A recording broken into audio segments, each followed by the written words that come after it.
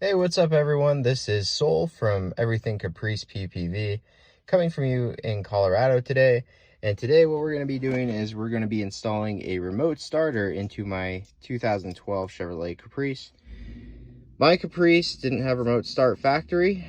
Some do, so if you do, good luck. You don't need me. But if you don't, this kit right here was 92 bucks on eBay. I'll include the link down in the description. And what we're going to do is we're basically going to be putting this into this section here of the Caprice, and then a remote start should work. There is some programming. I was going through these instructions. I cut it here because I opened the box wrong.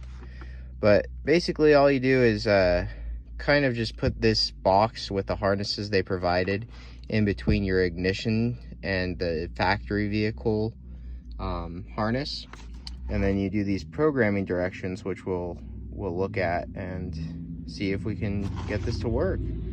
I don't remember where it says. Oh yeah, right here. So it says make sure you do the programming first, make sure all your doors and hood are closed, don't step on the brake, and we'll see about this. My car doesn't honk, so we might have to do lock, unlock, lock versus lock, lock, lock, as they say everywhere else in the instructions.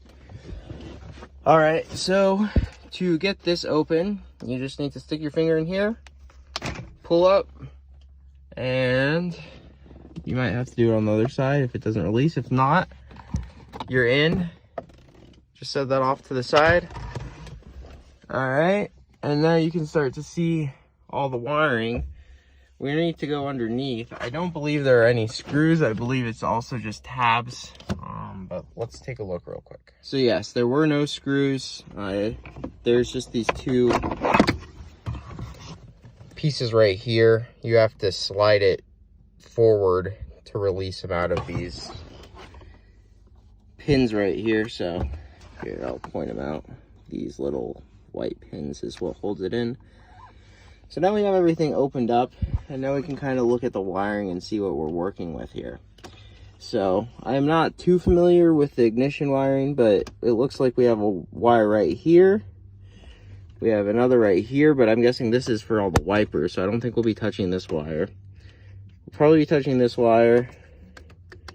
That's just an LED that runs around this panel, so I don't think we'll be working with that wire. So we'll focus on this wire first. Let's take a look at the other side. See what we have over here. Over here I see a harness that leads into this stock. So we'll probably not be working with that harness because that's for the cruise control and all that good stuff. Down here we have this little wire running into here. We might be working with that. So let's take a look at our harness they provided and see what we got here. So everything is labeled, and then on the box itself we have a bunch of different options here. So 1, 2, 3, 4, 5, 6, 7, and a button. And on here we have our VS1, VS2, VS3, and there should be the VS4. So I think the VS4 is the main one we'll be working with. Let's go back to the instructions and see what they say.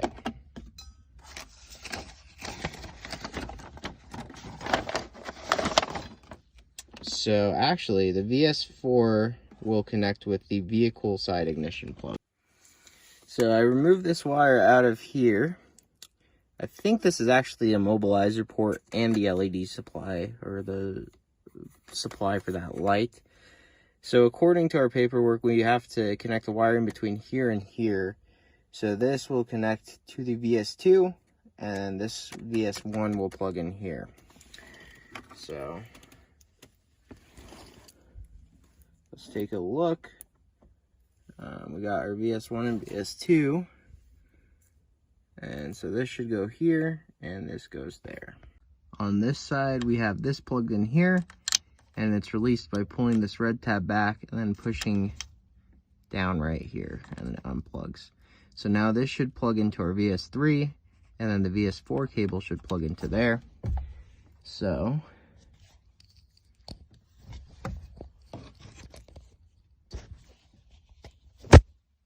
there's the cable. So now we've jumped the cables into this harness on this side. And down here, we've jumped this cable into this cable on this side. Which now we have this nice wiring harness to our black box, and we can begin programming.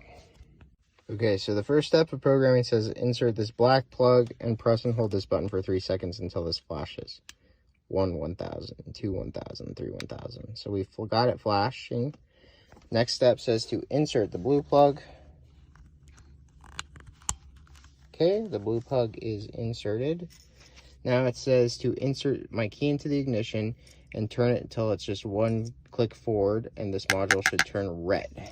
So keys in ignition, 1 click forward, and the module does turn red. It's John Mellencamp.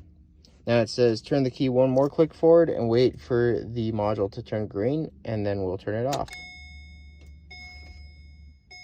Okay, it's green. Now we'll turn it off and remove the key from ignition. Now we are done with programming, and it should be 3 clicks to start.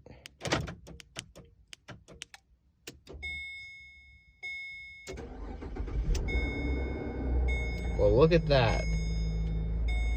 That was super easy. We have remote start now. Beautiful. And apparently if I do it 3 more clicks, it will shut the car off. And just like that, it shut off. Wow, that was super easy, guys. This is a wonderful upgrade. I think what we'll do now is we'll just button this back up, you know, get these cables all tucked up, and maybe some 3mm tape, and just kind of run it back down into this nice little cavity right here. All right, the wheel's all buttoned backed up. Let's go ahead and step outside and do one more test and make sure everything works out good. So, all right, 3 locks and it should start. 1, 2, 3.